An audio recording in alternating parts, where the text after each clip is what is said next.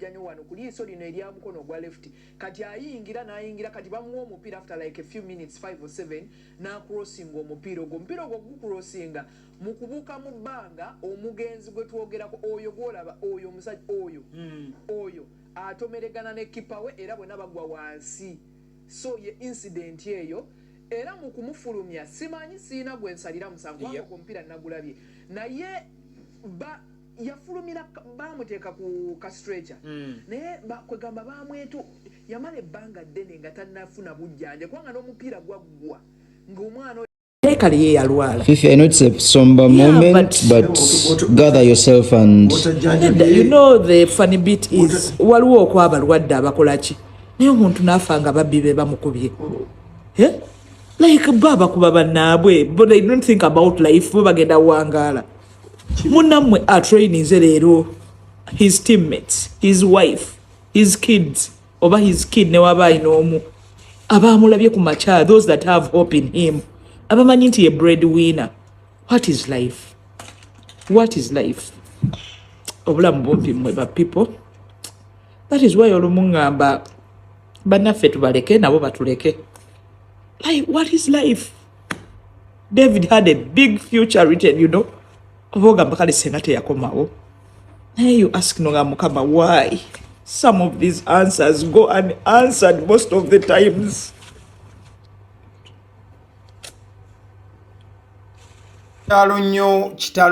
kitalo nnyo nnyini ddala. Ntandise n'obutambi bubiri. Kati akatambi ak'okubiri mu nnabyamizannyo oba omuntu aweereza ebyemizannyo ku TV omukyala amanyiddwa nga Fiona Pinky abadde akungubagira omuzannyi owa SC Villa omukulu David Owori avudde mu bulamu bw'ensi eno olunaku olwaleero era nga yoyo gwogenda maaso n'okuba ng'olaba mu kifaananyi era nga Fiona Pinky ekisinza okubeera nga kimwewunyisa oba nga kimuluma kyekyokuba nti omuzannyo ono yalumbiddwa bulumbibwa ne bamukuba ababbi ate ne bamumiza omukka omusu. Kati nno akatambi ketutandikidde ddala nako ak'omuzannyi gwe mulabye eyatomereganye ne muzannyi munne wabula obadde owulira mwana muwala Peace Diane ng'akugamba nti oyo ye mugenzi. Ebyaddala gw'obadde olaba mu katambi ako kentandikidde ddala nako ye mukulu gw'olaba ku screen yo. Kitalo nnyo nnyini ddala ng'ovudde ku by'omuzannyi wa SC Villa ate ne ttiimu ya Buleemezi ezannya amasaza ga Buganda efiiriddwa omuzannyi w'omupiira era n'ekisaawe ky'omupiira kyonna okutwaliza wamu. Abadde omuzibizi w'essaza lya Buleemezi Rogers Sebyondya yoyo gw'olaba essaawa zino kikakasiddwa nti naye afudde. Sebyondya yafuna obuvune ku Sande eya wiiki ewedde ttiimu ya Buleemezi bwe yali ng'esamba ne ttiimu ya Kyaggwe era nga yatomeregana ne goalkeeper we owa Buleemezi. Omukulu ono yaddusibwa mu ddwaliro emisinde egy'amaanyi okulaba nti afuna obujjanjabi wabula kyannaku nnyo nnyini ddala nti olunaku olwaleero ng'ennaku z'omwezi 5 August 2026 Rogers Sebyondya tasobodde kubanga asimattuka era wali mu ddwaliro e Mulago bakakasiza nti Rogers Sebyondya takyasobola kubanga ayitaba obulamu bw'ensi eno abwabulidde. Sebyondya y'omu ku basambi abayamba ttiimu ya Buleemezi okuwangula ekikopo ky'amasaza eky'omwaka ogwa 2019 bw'obanga oli muntu agoberera empaka z'amasaza wabula kino kivudde just ku by'omupiira wabula ne kigenda ku by'obulamu wamu n'eggwanga lyaffe kyannaku nnyo nnyini ddala. Bangi bagamba nti Sebyondya we yafuna accident eyo ey'okumutwe oba injury we baali bazannya omupiira kyandibanga teyafuna emergency treatment oba obujjanjabi obw'amangu ennyo olwo nno nga kyandibanga kyamuviirako okufuna obukosefu ne busaasaana omubiri bw'atyo Rogers Sebionda n'ava mu bulamu obw'ensi eno.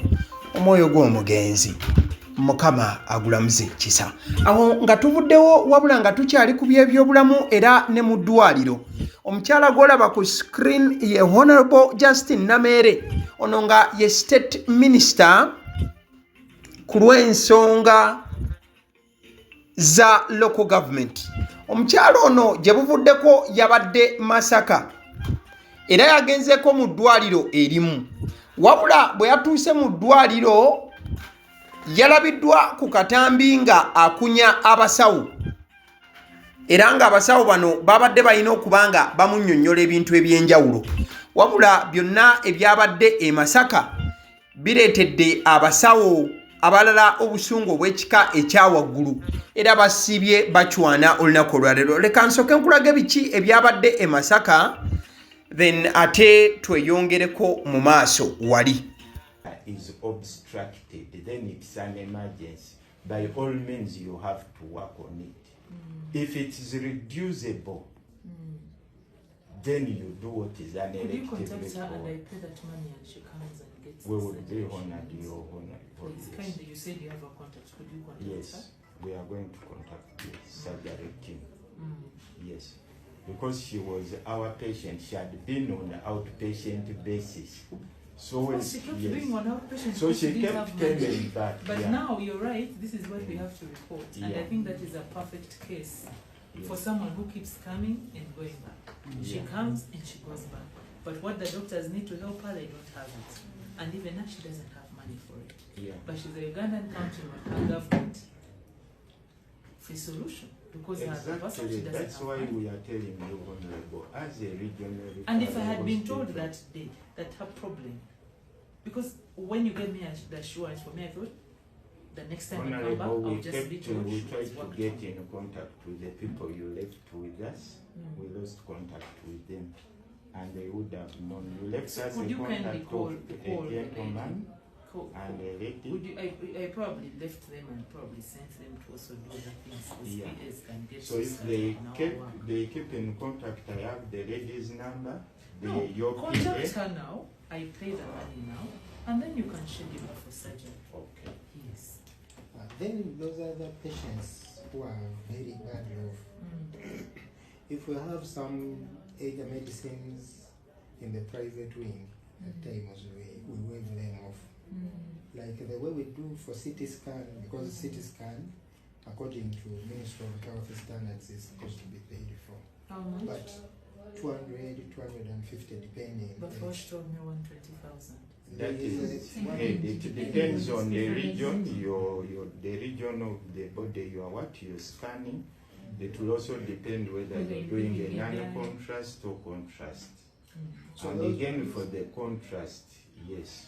The contrast means there is some medicine they have to give to make the picture more clearer. So that one, the contrast costs more. Doctor, however much, I have to hear you that maybe she wasn't in physical pain, but she was probably in emotional pain. That's why you say obviously, I'm so bad as a woman, because the way she narrated, you could really, even the patients knew her. They knew that she keeps going and then she comes back. And I think it was because she doesn't have money. So I think she kept thinking, if I keep going back, they will do something. We'll track her and work on her. No, I need you to contact the surgery people so that they look for her.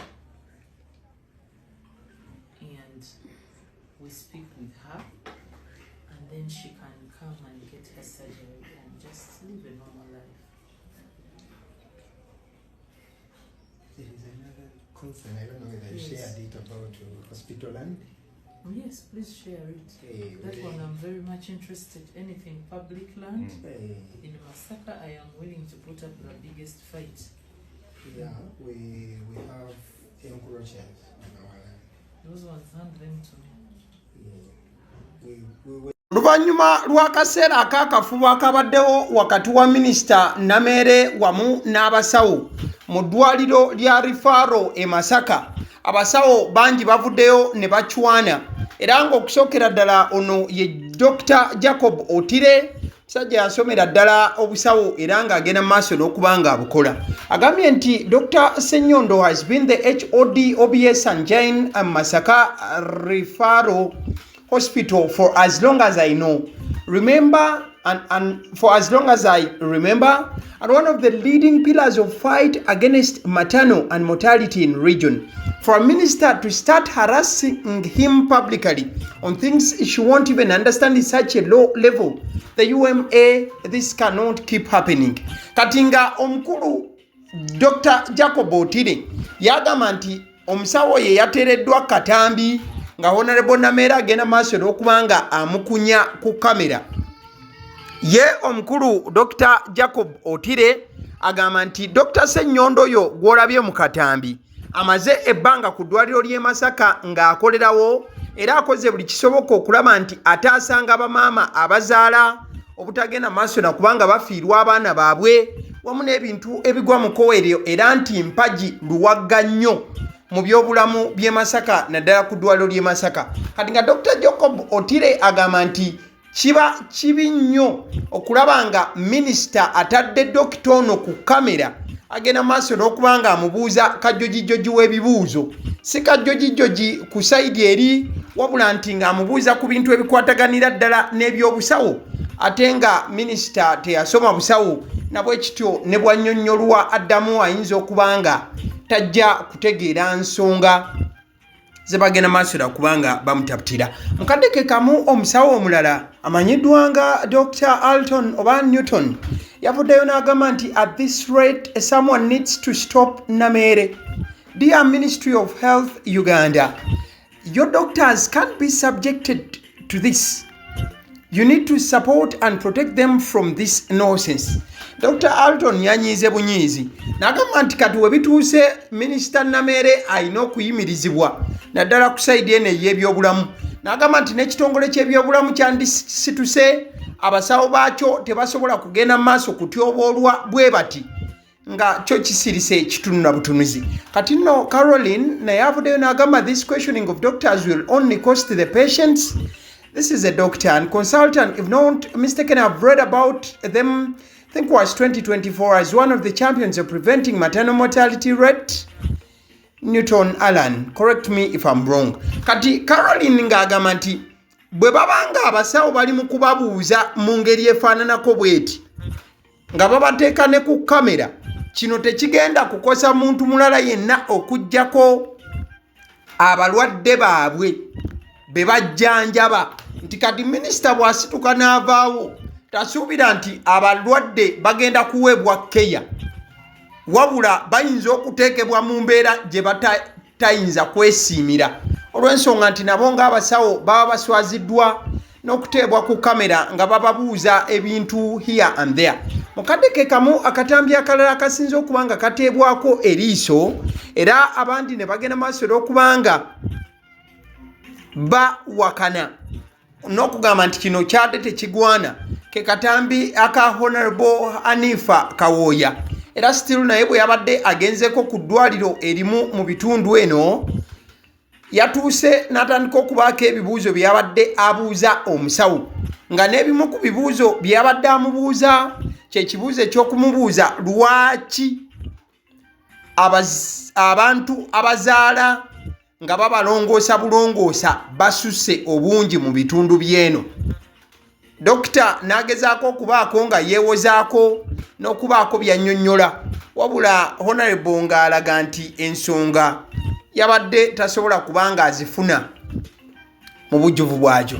So eno nayo y'emu ku nsonga etaanudde abasawo olunaku olwaleero ne bagamba nti baminisita ekintu ky'okuyingirira naddala ku sayidi y'ebyobulamu ne batandika okubuuzanga abasawo ku kamera direct kyandibanga kisukka okutaasa ekyo kye bandyagadde wabula ate ne kyongera kubanga kireeta kabaate ate era mu kadde kamu n'okutta enkolagana y'abasawo wamu n'abo be bajjanjaba olw'ensonga nti bw'onyigiriza ennyindo omusaayi lwaddaaki ne gutonnya.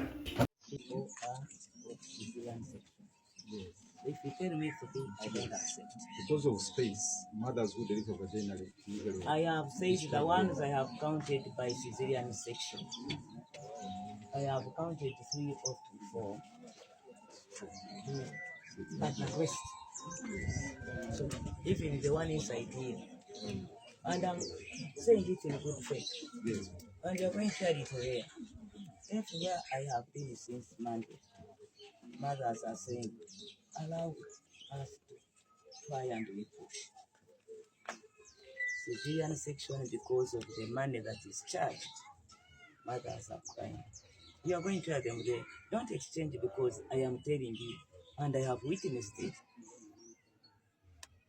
They are there. Honorable, if you could allow me, I'll give you the statistics of the mothers that we delivered in the past 6 months, and out of them, how many? Can I have the chart?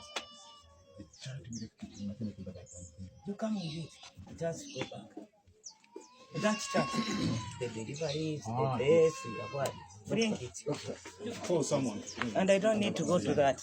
Ale nzikiriza nkutegeze ku bannaffe aba Honeybites bagamba nti bo omulimu gwe bakola gwa kukolera byakulya eby'abaana abadda ku masomero. Bwe tugamba abaana abadda ku masomero saabo bokka abadda ku masomero wabula n'ababeera ewaka balina package ey'ebyokulya eby'abaana mu line efaananako bwetyo. Gwe bakubire bukubizo bagambe njagala package y'ebyokulya by'abaana abali ku masomero oba abaana abalya ebyokulya. Balina ebyokulya yogera ku daddies, yogera ku binyeebwa, amawogola, yogera ku bagiya, yogera ku cupcakes, yogera ku donuts. Osobola okubafuna ku 0709 78 75 08. Ate era mukadde ke kamu bw'oba oyagala ku pizza size yonna era namba y'emu. Ate era mukadde ke kamu bakola ne cake eza buli mukolo. Babayita aba Honeybites. Njagala n'okutegeeza ku bannaffe aba Alson Painters UG, bano basiizi ba langi era nga balina obukugu mu kusiiga langi era bamanyi ne langi ki egenda ku kizimbe kyo era mu ruumu ki. Tebasobola kuddira langi yandigenze mu kisenge ate ne bagisiiga mu ddiiro ey'omu dining ne bagisiiga mu kinaabiro. Nedda. Alson Painters UG omulimu gw'okusiiga langi bagukugukira ddala. Basiiga ebizimbe okuviira ddala ku ruumu emu paka ku makalina n'amakalina. Gwe bakubire bukubizo bagambe nti Alson Painters UG namaliriza okuzimba ekizimbe kyange. In fact ne bw'oba olina ekizimbe nga kikadde nga olaba langi yaakyo efaanana si bulungi, Alson Painters UG bazze kugonjoola nsonga eno.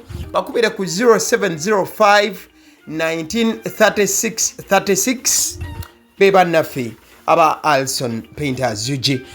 Abasiddi omusunsuzi ly'erinnya eryange yenze Abasiddi omusunsuzi, yenze atuula emabega w'omuzindaalo buli lunaku era ly'eddoboozi ly'owuliriza ku mukutu guno. Abasiddi omusunsuzi ly'eddoboozi eryo era ng'omukutu kw'oli gwe guno ogwagaliwo. Nagamba nti information yonna gy'olaba ku channel eno tetugattamu kintu kyonna ate tewali kye tutoolamu.